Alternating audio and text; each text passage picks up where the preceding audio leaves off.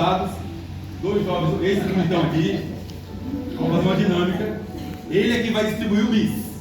Entendeu? Esse aqui, Senhor, aleluia! Atenção. Sabe a resposta? Levanta a mão, eu vou apontar para você e você fala. Tem outro microfone? Tem? Pega o microfone aí porque o negócio aqui vai ficar feio. Caiu o papel. Eu vou pedir para alguém levar o microfone. Então você entrega o bis e o outro entrega o microfone. Beleza? Vai funcionar assim, ó. Sabe a resposta? Levanta a mão, eu vou apontar para você e você fala. Não adianta responder. Vamos ver se a gente entendeu. Quando eu perguntar é para falar, é para levantar a mão? Ficou fraco. Quando eu perguntar é para falar ou é para levantar a mão? Perfeito. Então bora lá. O que tem na Bíblia com a letra A? Você. Abraão. Dá um bicho para ele.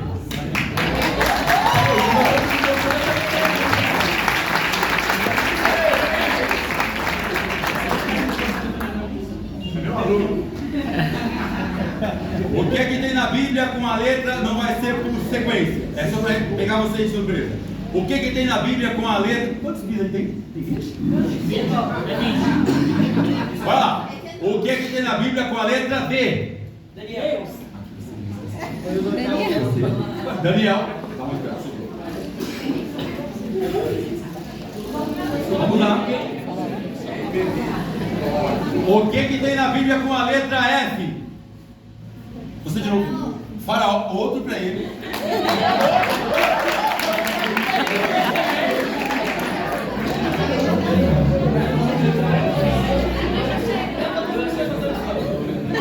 Rapaz, tô gostando, hein? Aqui, ó. Vamos mandar uma pergunta aqui. O que tem na Bíblia com a letra Z? Zacarias, gente, Zacarias. O que tem na Bíblia com a letra Z? Zacarias.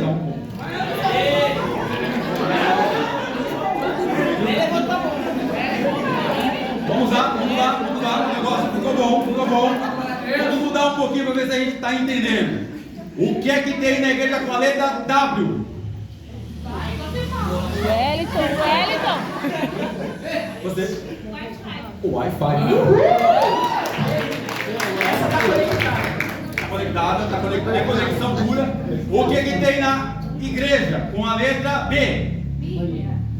Alguém falou bingo? É pra falar, vai levantar a mão.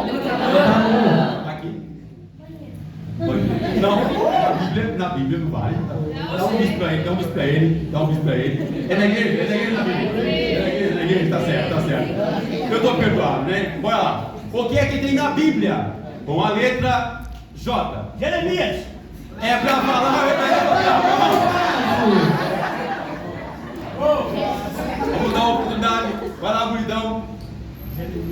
Jeremias. Dá um bicho pra ele.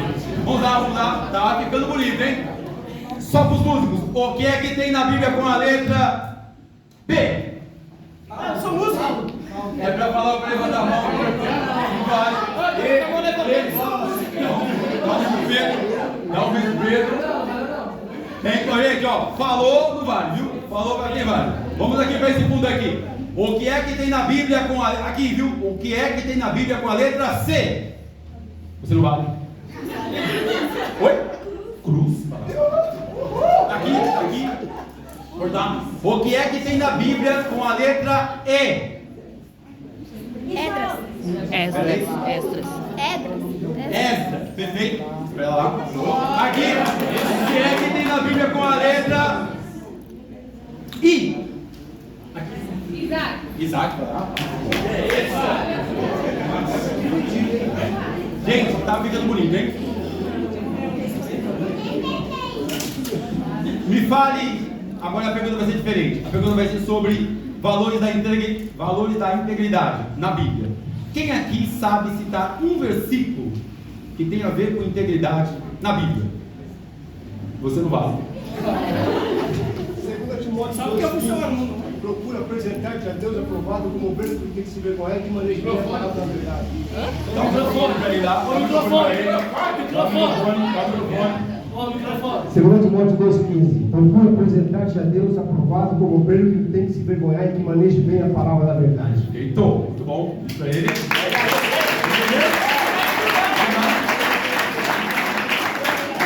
Um versículo bíblico que fala sobre o que tem a ver com integridade. Vamos lá? Outro? Você não vai. Um versículo bíblico que tem a ver com integridade. Relacionado. Vamos lá. Veja que ele citou. Que o obreiro não tem que se envergonhar. Logo, sua vida tem que ser íntegra. Vamos lá? Alguém? Olha, quantas pessoas em pecado. Bora. Vamos lá. Então, o que é que tem na Bíblia com a letra? Quantos bis tem aí? Quantos bis tem aí? Muitos. 4. Essa aqui vai valer 2 bis. 2 bis. Eita, não estou fazendo. Com a letra H. O que é que tem na Bíblia com a letra H? Passo a passo. Abacuque. 2 bis para ela. Essa é um pouco mais difícil. Outra. O que é que tem na igreja com a letra Y?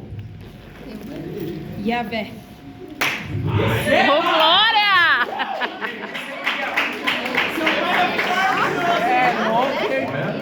Vai lá, amor. Meus queridos, é isso. Uma salva de palmas para todos vocês.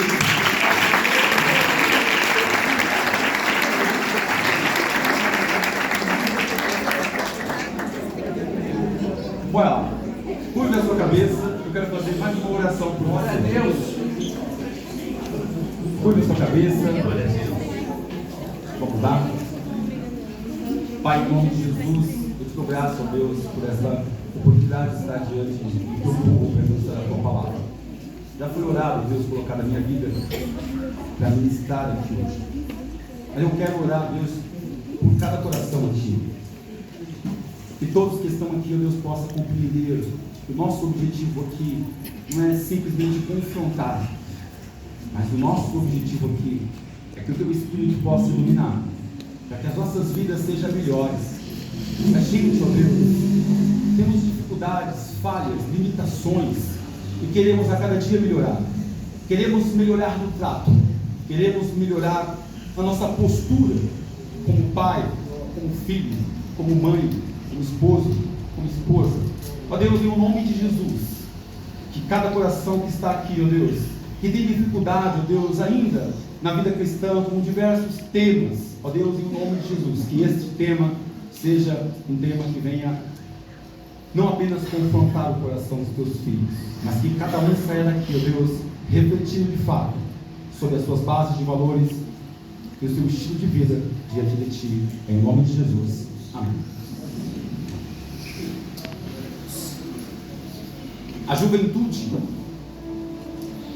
é tão importante nas Escrituras que o livro de Gênesis começa com ela. Deus não criou Adão e Eva bebê e nem idoso, mas os criou jovens, os criou rejuvenescidos. Para quê? Para começar a vida.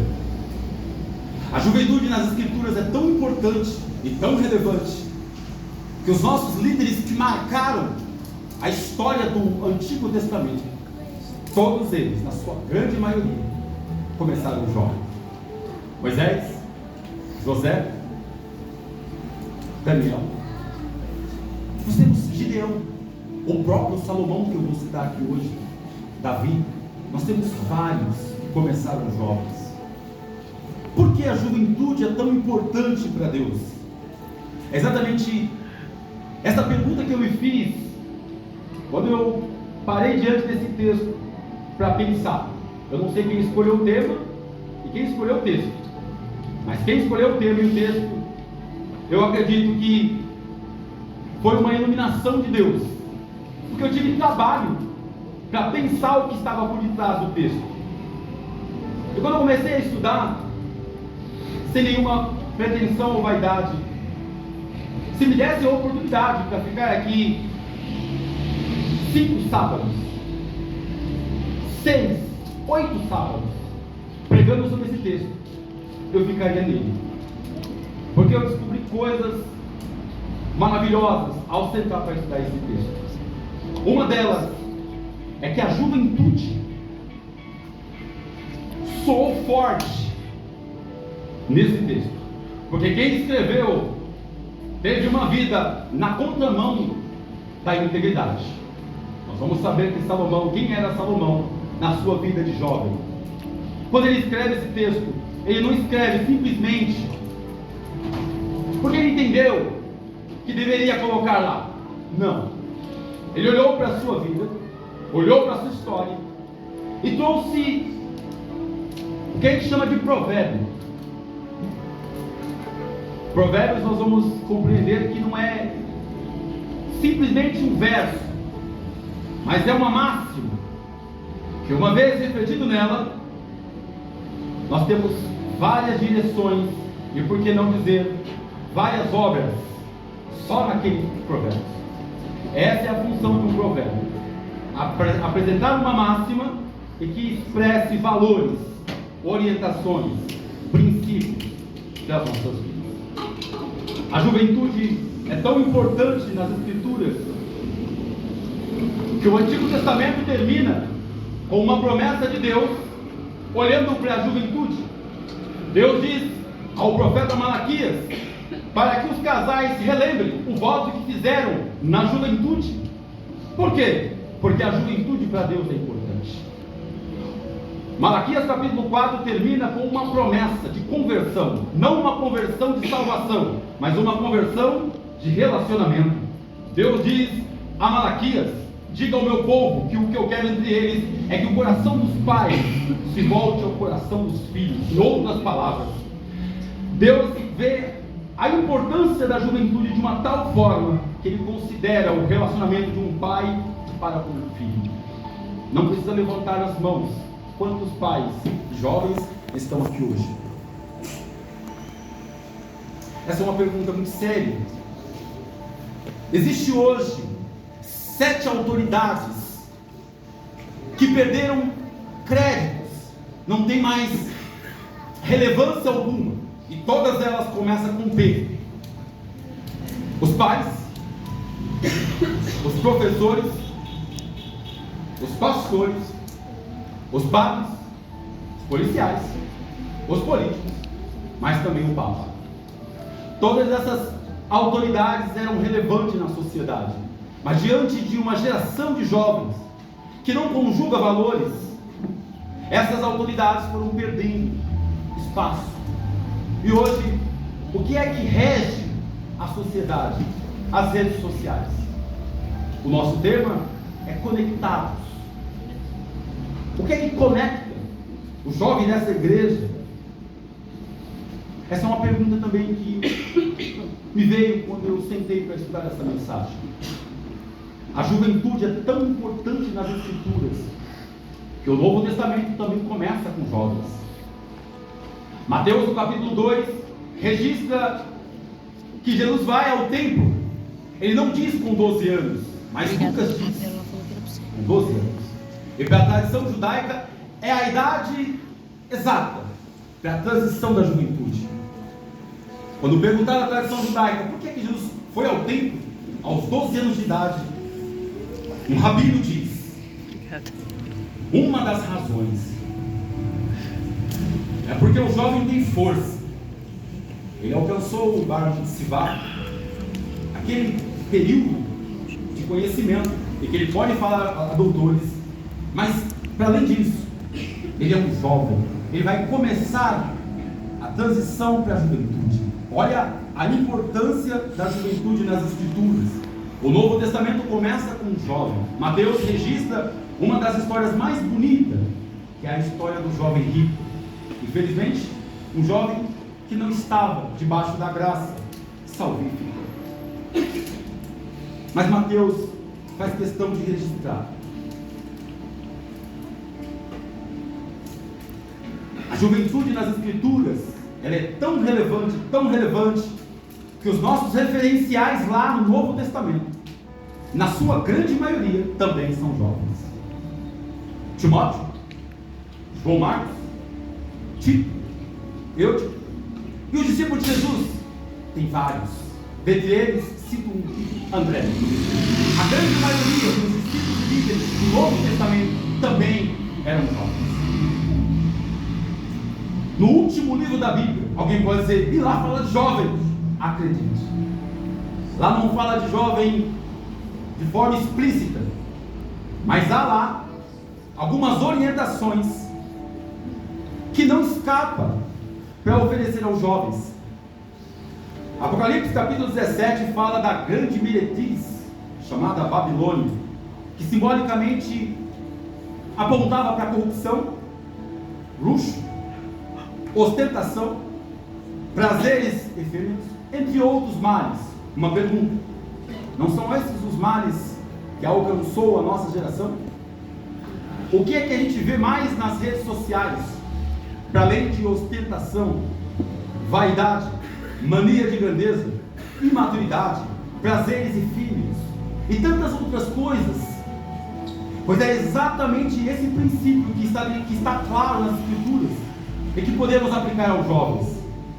A Bíblia não fala sobre tudo, mas ela dá princípio para tudo, e esse é um princípio para a juventude nos dias de hoje. O cuidado com essa postura de vaidade, de mania de grandeza, de ostentação, de focar em prazeres que não agradam a Deus. A Bíblia oferece princípios para tudo. Ela não fala sobre, por exemplo, internet, mas ela dá a nós princípios. Davi um dia escreveu um texto exatamente assim: quando entrares na tua casa, fecha a porta e se atente para o que você coloca na sua casa. O que é isso? Um princípio que podemos aplicar para a internet. A Bíblia, ela dá a nós vários princípios. Por exemplo, de drogas. A Bíblia dá princípio para drogas. Eu quero falar sobre drogas. Dá para falar para os jovens. Na escola, um dia me perguntaram: professor, por que o senhor é contra as drogas? E eu disse: depende da droga. Porque a nossa sociedade é uma sociedade de laboratório. Existem drogas que podem contribuir, mas existem drogas que não contribuem. Eu, particularmente, estou ficando careca. Podem perceber. E sobre a minha cabeça tem um pó preto. E o que é isso? É um tipo de droga que nós fazemos parte, para que a nossa vida seja mais bonita, para que a nossa vida fique mais linda. E a propósito, a família do pastor Alex está observando os meninos. Gente, os meninos não eram tão bonitos assim. Obrigado. Meu Deus, caprichou, fala a verdade. A vaidade é importante destacar aqui. Veja, então assim, a Bíblia dá princípio para tudo. Quando a gente lê, por exemplo, 1 Coríntios capítulo 6, do verso 19 ao verso 20, a Bíblia fala que o nosso corpo é templo do Espírito. Este é um texto que podemos combater o uso de droga, seja ela qual for. Professor, essa é a pergunta de sala de aula: é pecado? Porque a maioria sabe essa questão. É pecado usar narguilé? É pecado cigarro eletrônico? Eu falei: a questão não é se é pecado. Para de querer espiritualizar o óbvio. Assim, o que a ciência diz? Eu não preciso ser cristão para dizer que determinadas drogas ela é errada. Basta olhar para a ciência. Está provado, é óbvio. Cigarro eletrônico, narguilé e tantas outras drogas não fazem mal à saúde. Então não precisa necessariamente de um versículo bíblico, mas a Bíblia dá princípio, inclusive sobre álcool, que a nossa geração agora adotou uma cultura da adega, todo tipo. Passa nas ruas, adega de todo tipo. Você sabia que tem um princípio nas Escrituras que combate esse excesso de álcool? Quando a gente lê, por exemplo, Efésios capítulo 5 e o verso 18, Paulo diz lá: não embriagueis com vinho que há contenda, mas enchei-vos do Espírito. O que é isso? Um princípio para que possamos compreender que a bebida alcoólica ela não agrada a Deus. Não é uma questão de uso e costume ou uma questão subjetiva que eu quero apresentar. É porque é exatamente isso. A Bíblia orienta dá princípio para ostentação. Existem vários textos, mas um que me chama a atenção é 1 de João 2,16. A Bíblia diz que a glória é dada somente a Deus, mas esse texto nos convida a glorificar sempre a Deus e fugir de certos tipos de tentação. A Bíblia também orienta sobre a cultura. Qual é a cultura cristã? Quem aqui não é cristão, levanta a mão. Todos são. Então estamos em casa. Qual é a cultura cristã? A cultura cristã é uma contracultura à cultura do mundo. Na cultura do mundo, o maior é o que é servido. Na cultura do reino, o maior é o que serve. Na cultura do mundo, o maior é o primeiro. Na cultura do reino, o último será o primeiro. Aleluia! Na cultura do mundo, vale o reconhecimento de honras e glórias para o ser humano. No reino de Deus, só um merece glória. Aleluia! A gente precisa compreender que a nossa cultura é diferente da cultura do mundo. E a Bíblia apresenta princípios para confrontar a cultura que é anticristã. Uma sala de aula, uma vez eu estava em sala de aula, fui apresentar uma aula de filosofia, coloquei na lousa: hoje vamos falar sobre as teorias da verdade. E uma aluna lá no fundo levantou a mão e disse: professor, que verdade? E eu disse: ótimo, gostei da pergunta, só ela, só eu e ela. E eu disse para ela: eu quero que você me responda objetivamente. Coloquei na lousa: 2 mais 2. Ela falou: essa é fácil. Eu falei: responda. 2 é 4. Eu falei: não, 2 mais 2 é 10. Ela falou assim: ó, professor, que isso? A matemática diz que 2 mais 2 é 4. Eu disse para ela: você percebeu que essa verdade ela não se relativiza? Professor, mas quem defende uma verdade absoluta é arrogante. Eu falei: sim, a matemática não é arrogante, porque ela diz que 2 mais 2 são 4. Se você disser que é números anteriores ou posteriores, se alguém disser que 2 mais 2 é 20, porque eu entendo assim, procure um médico e você vai estar com problema. Então na sala de aula eu vejo uma geração que me confronta, me questiona se a verdade existe, me questiona se Deus existe. E eu vou dizer uma coisa a vocês: muito do que a gente prega na igreja a respeito de valores não precisa necessariamente usar a Bíblia na escola para defender. Basta estar acompanhando a ciência. Hoje nós temos várias teorias que convergem para as bases cristãs. Nós vamos ver uma aqui. O Pedro falou que até meia-noite.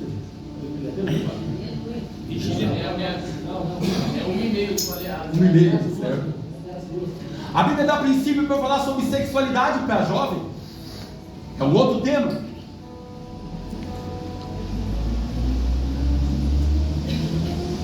Vocês gostariam que eu falasse com vocês a verdade? Ou gostaria que eu agradasse vocês? A verdade. Eu acho que vocês não entenderam a pergunta. Vocês gostariam mesmo que eu falasse com vocês a verdade? Ou gostaria que eu agradasse vocês?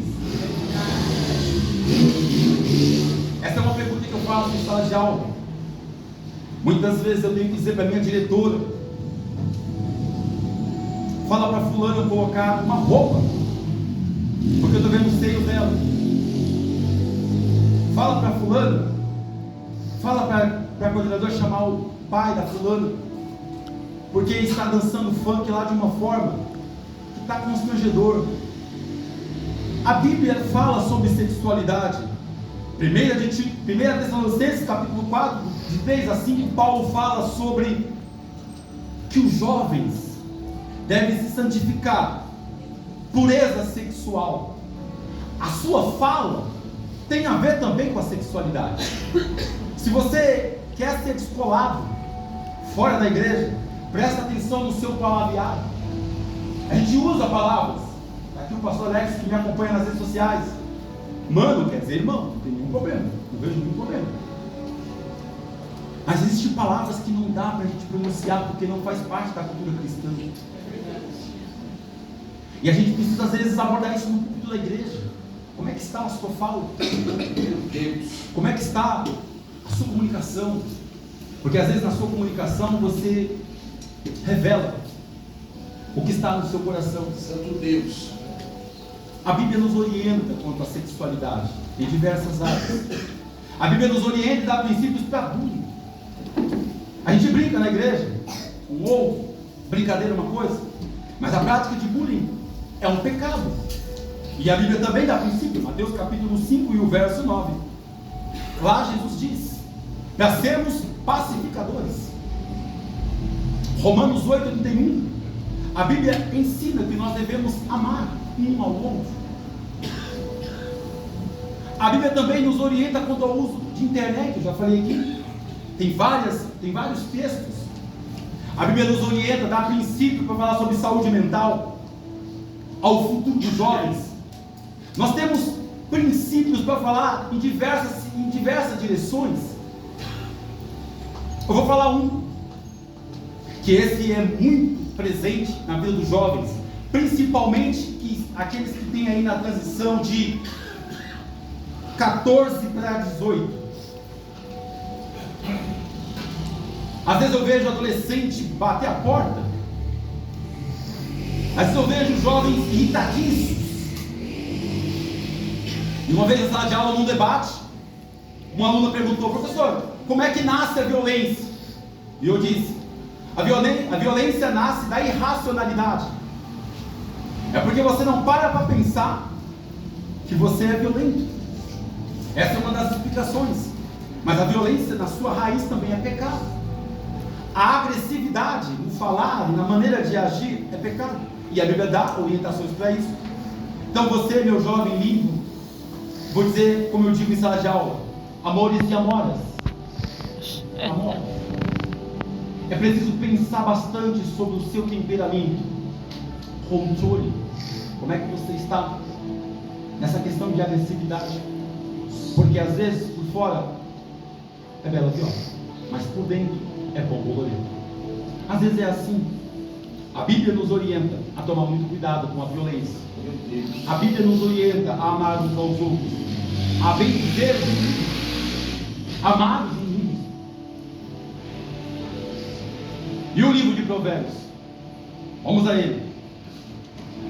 O que perdemos por desconhecer o livro de Provérbios? Existem várias coisas lá que, pelo simples fato de você não ler, é possível que você nunca saberá. O que é que está no livro de Provérbios que nos convida a pensar? Na filosofia, o princípio para conhecer e para ser sábio é a dúvida. No livro de Provérbios não. O princípio para ser sábio é o temor a Deus. Aleluia. Teme ao Senhor, vai ser sábio. Aleluia. Não teme ao Senhor, não vai ser sábio. O que é que perdemos por desconhecer o livro de Provérbios? Nós perdemos as orientações e os princípios, por meio de Provérbios, sobre autocontrole e disciplina. Porque está lá várias orientações, principalmente para impulsos, em diversas situações. Impulsos, vícios, posturas muitas vezes inadequadas. O que é que perdemos por desconhecer o livro de Provérbios? Nós perdemos estratégia para lidar com relacionamento tóxico. Existe muito relacionamento tóxico. Pessoas que estão perto da gente, mas suga a nossa energia, rouba a nossa paz, tira a nossa tranquilidade. E às vezes é por uma coisa que está muito próximo da gente. A fofoca. São coisas assim que vai sugando a nossa energia. Relacionamentos tóxicos. No livro de Provérbios você tem cerca de 8 textos escancarados para falar sobre relacionamentos tóxicos. Quer saber como lidar com relacionamento tóxico? Leia Provérbios. que perdemos por desconhecer, por não conhecer o livro de Provérbios? Nós perdemos a sensibilidade e a compreensão da importância do erro. O que é que perdemos por desconhecer o livro de Provérbios? Nós passamos a estar numa postura de ignorância, porque é exatamente no livro de Provérbios que a gente passa a ter a percepção da importância do erro. Hoje, quem aqui sabe de uma ciência, uma área de estudo chamada errologia? Errologia. Ok? Essa ciência já existe. A ciência do erro. Porque na errologia a gente aprende que a sociedade, tudo que está aqui, é construído não na base do acerto, mas é na base das tentativas do erro. Deu errado? Não faz. Deu errado? Vamos fazer de outra forma. E assim, tudo é construído não na base do acerto, mas é na base do erro. Olha a importância do erro. Vou citar alguns. A Coca-Cola, o erro perfeito. Nasceu não para aquele fim. Nasceu como um xarope e tornou-se Coca-Cola. O post-it, aquele papelzinho que você tira e coloca no caderno para colocar. Um técnico da H3M fez um adesivo forte, mas a cola não tinha força. Ele jogou o projeto no lixo. E outro técnico viu, pegou o projeto e deu o nome de post-it. Erros que estão na nossa sociedade. Nós temos vários. Agora você pode escandalizar, mas presta atenção para que você não compreenda a fala errada. Muitas vezes fazer o certo não dá certo. A ciência da errologia diz que existe o erro, que ele pode dar certo e o certo pode dar errado. Você está no semáforo, de repente fecha 2:30 da manhã. O certo é você parar. Aí você percebe um mal-estar, pode acontecer alguma coisa ali, você tem que passar batido. Sabe por quê? Porque fazer o certo naquele horário não vai dar certo. Então a ciência da ecologia diz hoje que muitas vezes determinadas posturas podem contribuir para que venha dar certo. Eu não estou aqui querendo legitimar o erro, tá? Atenção, não estou aqui querendo legitimar erro. Para finalizar, só para que vocês aguçem aí o pensamento. Na ciência da errologia existe um erro chamado erro estrutural, irmãs. As irmãs, levanta a mão. As irmãs casadas, as jovens não. As irmãs casadas. Vai aí para você essa mensagem. Na ciência da errologia existe um erro estrutural. E ela fala sobre isso. É mais ou menos assim. Um erro, dentre tantos. Hoje, a esposa trabalha fora, o esposo também. O esposo chega, ele vai descansar. A esposa chega, continua trabalhando. Hoje já não dá mais para a gente manter esse modelo. Chegou, tem que lavar, tem que passar, tem que cozinhar. Mas é um erro estrutural. Os homens hoje estão mudando. Mas a grande maioria ainda mantém-se naquela ociosidade, preguiça mesmo. E aí a ciência da errologia diz, esse é um erro estrutural. Quer uma frase libertadora? Vai aí a frase, se puder, anote, para não esquecer. Repete comigo no 3. 1, 2, 3. Aonde um está sobrecarregado, um forgado tem. De novo. Aleluia. Aonde um está sobrecarregado, um forgado tem. Não precisa dizer quem é o forgado. Guarda essa mensagem. Vou chegar em casa, se vai estar aqui, se estiver em casa, fala com ele. Bate um papo. Por que eu citei essa ciência? Porque antes dessa ciência, o livro de Provérbios já falava sobre a importância de determinados erros. O erro não pode ser visto como algo para sempre, mas é uma oportunidade para você recomeçar. O livro de Provérbios fala isso. Tem gente que não tem paciência com o erro dos jovens. Errou, pune ele. Errou, cobra ele. A punição, a cobrança, tudo isso é relevante. Mas é muito muito importante a gente guardar essa mensagem, que determinados erros podem contribuir uma oportunidade pedagógica para você sentar e conversar com ele. Porque é nessas oportunidades, nessas brechas que ele vai aprender. Porque a propósito, todos nós já cometemos erros e falhas. Se analisarmos o texto de Provérbios 10 e o verso 9 e o tema proposto, eu decidi, quando eu parei para sentar e estudar esse texto, eu decidi fazer um levantamento da vida de Salomão. Qual era o objetivo de Salomão ao escrever esse texto? Quem era ele para dizer o que disse? Quais eram as razões que naquele momento levou ele a escrever, a registrar esse texto?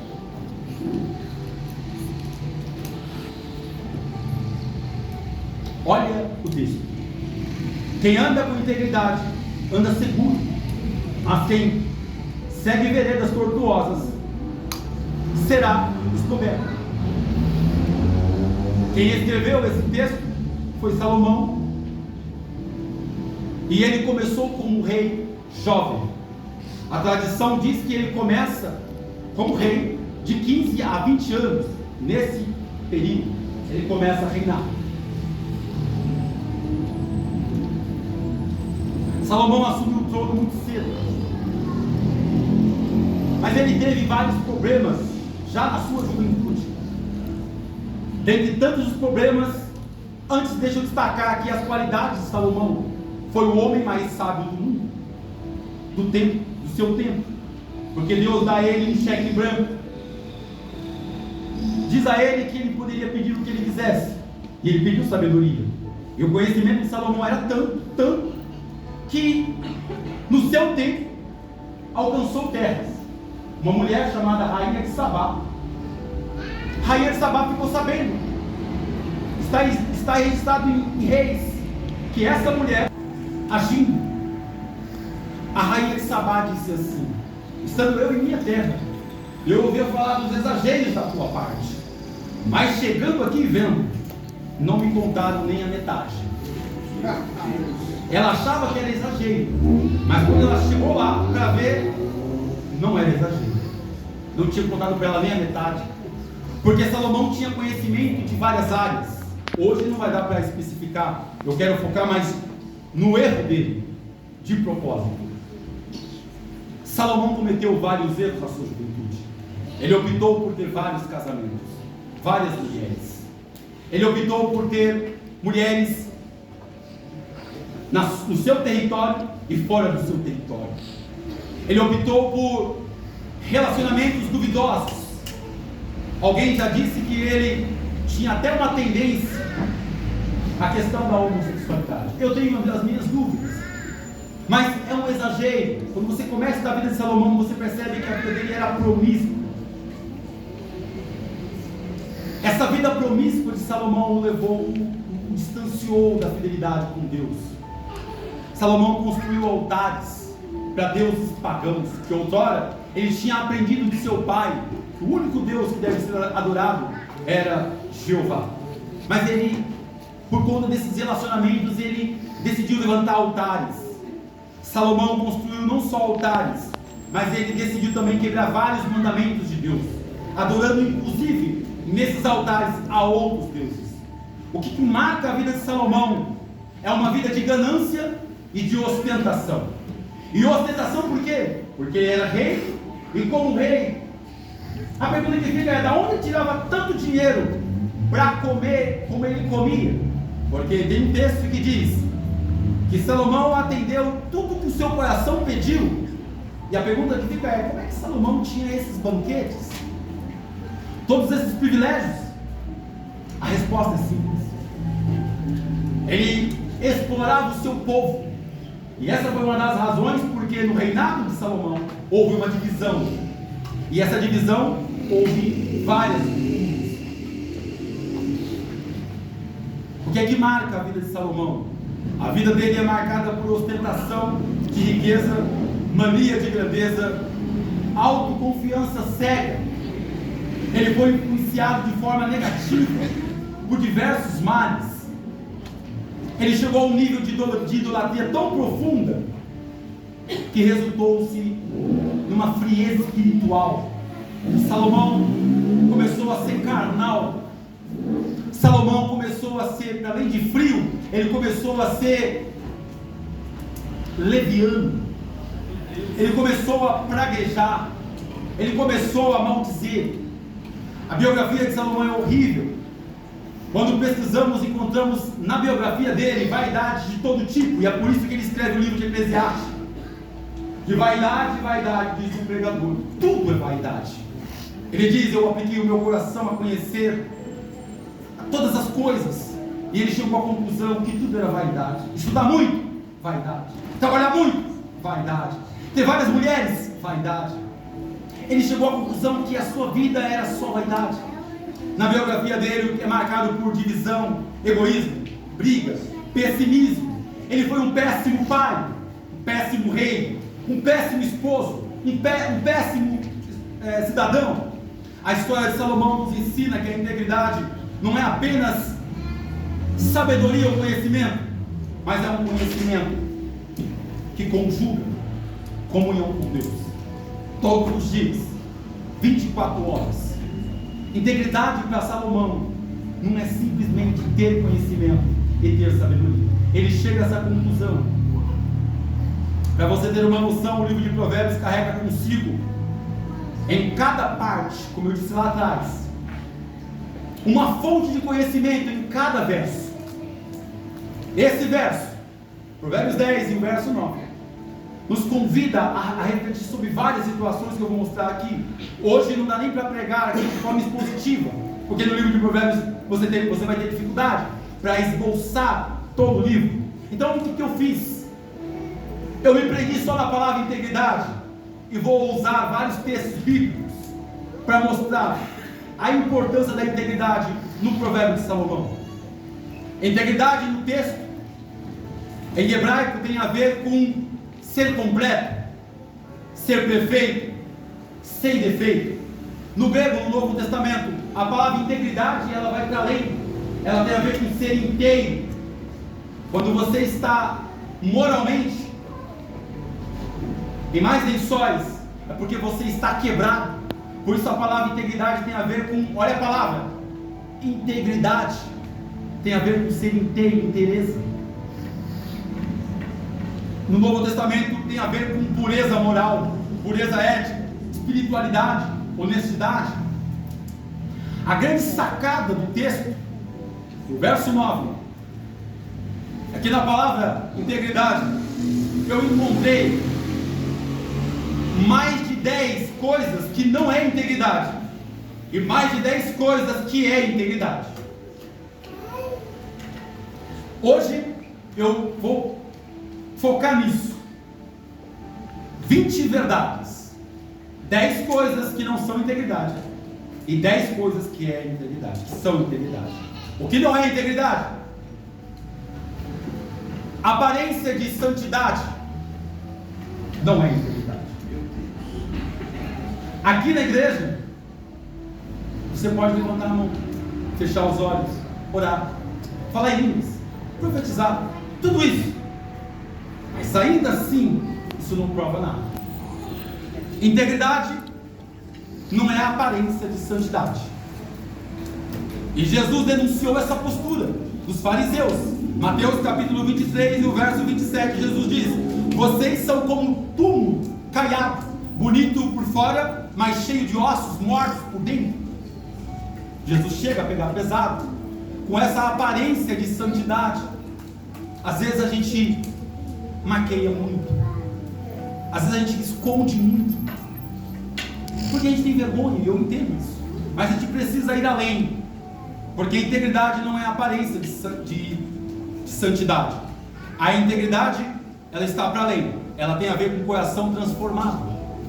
Segunda coisa que não é integridade no texto: integridade não é obediência cega às regras.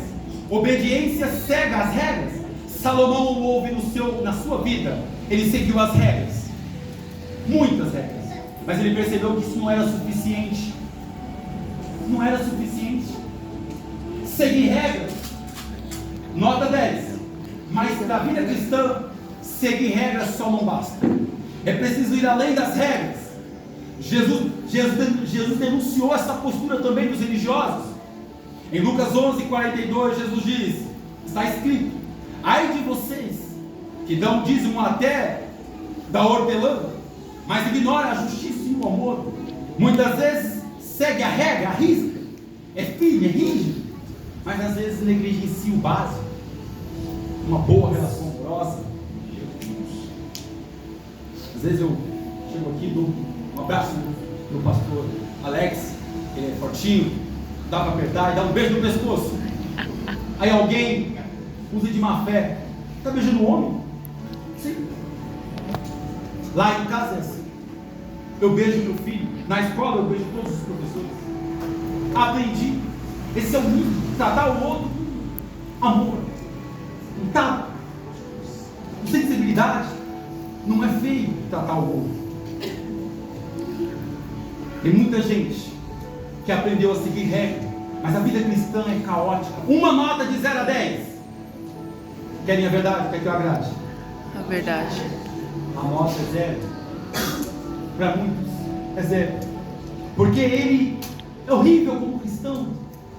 Aprendeu a seguir a regra, aprendeu a fazer tudo direitinho. Ele canta, ela canta bem, ele prega bem, ele sabe, olha, ele aprendeu tudo direitinho. A linguagem dele é tudo bonitinho. Mas ele só é isso. Ele precisa ir além. Integridade não tem nada a ver com reputação impecável. Quem escreve sobre integridade é um homem que me ensinou uma coisa. Às vezes a gente se preocupa com o que as pessoas vão falar da gente.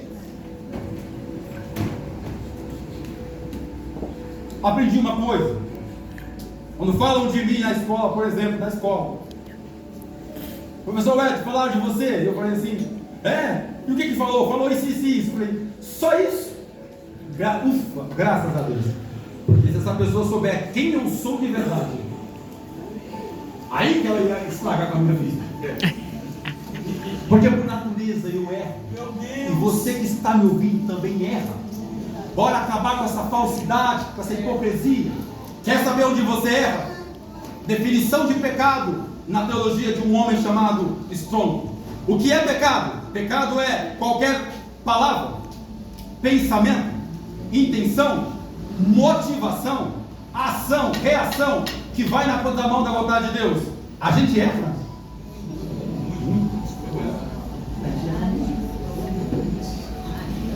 Reputação impecável não tem a ver com integridade. Integridade é outra coisa. Cuidar da sua imagem pública, enquanto a sua vida privada é corrupta, não é integridade. Muitas vezes a nossa vida está assim. A gente mantém ela pública, nota 10, mas no privado é horrível. Já falei para minha mãe em casa. Chego em casa, café, copo de massa de tomate, toalha manchada de coloral. Vizinho chegou, uma visita chega,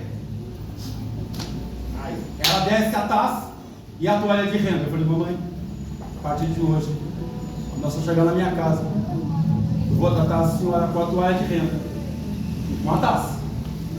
Porque quando eu chegar na casa da senhora, eu quero tomar café na taça e a toalha, tira essa toalha aqui da minha frente. Por quê? Porque é assim, eu aprendi uma coisa: se vocês forem na minha casa, vocês não vão comer coisas diferentes que eu como. Eu não vou fazer média para vocês. Está aqui o pastor Alex, que sabe. Eu não faço média. Você vai comer o que eu como. Estou comendo arroz e feijão e zoião? É, exatamente isso aqui. Você vai ser bem tratado, mas não vai ter média para você. Vamos acabar com essa postura horrível de ficar fazendo média. A gente faz média com as pessoas. A nossa vida pública, quem vê, nota 10, mas em casa é uma desgraça. Lá fora é bênção, mas em casa é uma doença. Lá fora é nota 1000, mas dentro, horrível. Tem um texto que relembra essa questão da integridade. 1 Samuel 16:7. Está escrito: o Senhor não vê como o homem vê. O homem vê a aparência, eu vejo o coração. Integridade não tem nada a ver com perfeccionismo. A gente pensa que integridade cristã é ser perfeito. Perfeito é só o Jesus. E Ele é o nosso ideal. Eu não tenho medo de dizer o que eu vou dizer aqui. E como professor de filosofia, eu tenho que provocar você. Costumo dizer que toda sala de aula